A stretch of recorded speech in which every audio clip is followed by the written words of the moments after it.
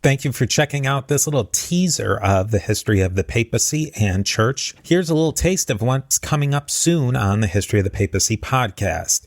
Now, if you like what you hear, I'd love it if you'd leave a rating and review on Apple Podcasts or your podcatcher of choice. If you want to support the podcast even more, consider becoming a Patreon on patreon.com/history of the papacy. There are many levels and benefits for you, and you help keep the history of the papacy going. You can learn more about all of this at historyofthepapacypodcast.com.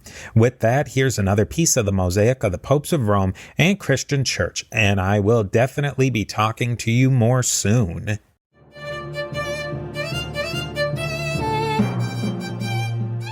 How Venice gets brought into the Italian unification.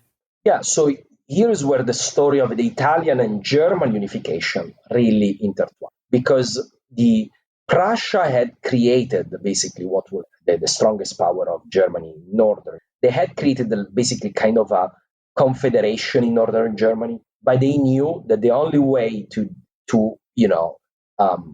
get that going seriously would be to defeat the Austrians, because the Austrians were always playing in the German politics to avoid Prussia getting too much of Germany. So, but they want to have allies in this war. And of course, here is where Bismarck makes an alliance with the new Italian state, saying, okay, we will attack at the same time Austria, and you will get Venice, and we will defeat the Austrians and get to unify Italy.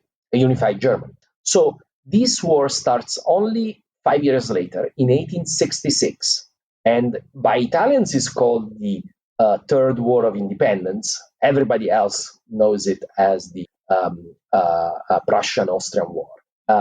Basically, the new army of the Italian state, starting a long tradition, they don't perform particularly well. They actually defeated both on the Adriatic, the fleet, and the army is defeated as well by the Austrians. But they distract enough the Austrians, I guess, to contribute to the total trashing that the Austrians get from Bismarck and what we can start calling the Germans. So after this war, basically Austria. This is a thing like a slap in the face of Italy. They say, we will give Venice to you, to the Germans. They say, we'll give it to you. We don't want to give it to the Italians. They didn't beat us, so we'll give it to you.